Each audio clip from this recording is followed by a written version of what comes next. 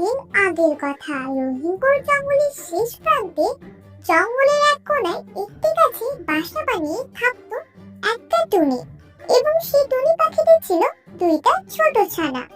টুনির ছানাগুলি ছিল খুবই সুন্দর এবং একটু দুষ্টু। টুনি তার ছানাদের নিয়ে সব সময় টেনশনে থাকতো। টেনশনে থাকার কারণ হচ্ছে জঙ্গলের ভিতর একটা শিয়াল থাকতো। শিয়ালটি ছিল খুবই দুষ্ট এবং বড়।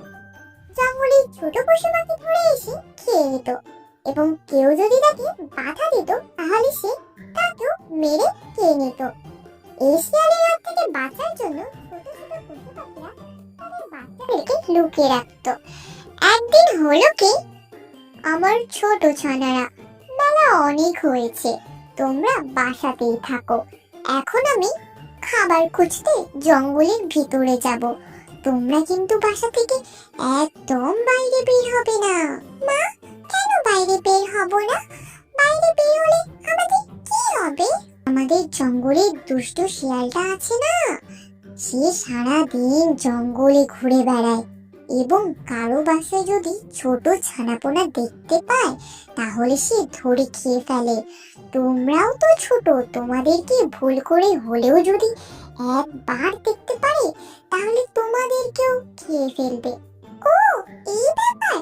মা, তুমি আমাদেরকে নিয়ে একদম টেনশন করো না। ওই শিয়ালটা আমাদের কিছুই করতে পারবে না। শিয়ালটা যদি আমাদেরকে খেতে আসে তাহলে তাকে উচিত শিক্ষা দিয়ে দেব। আমার ছানারা, তোমরা শুধু বেশি কথা বলো। বললাম না তোমাদেরকে বাইরে বের হবে না? মা, তুমি রাগ করছো কেন? আচ্ছা ঠিক আছে, বাইরে বের হব না। তুমি নিশ্চিন্তে খাবার খুঁজতে যাও।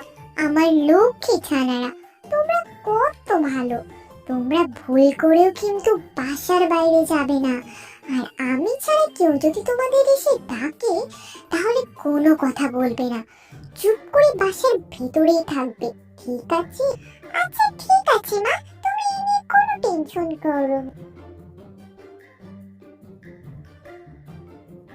তারপর টুনি জঙ্গলে চলে গেল খাবার খোঁজার জন্য। টুনি খাবার খুঁজতে যাওয়ার কিছুক্ষণ পরেই একটা কাক টুনির বাসার সামনে এসে বসলো, এবং সে তার দুইটা ছানাকে দেখতে পেল, এবং সে মনে মনে ভাবলো, আরে, টুনি তো দেখছি দুইটা সুন্দর সুন্দর ছানা আছে। না না, এ কথা তো শিয়াল মামাকে জানাতেই হবে।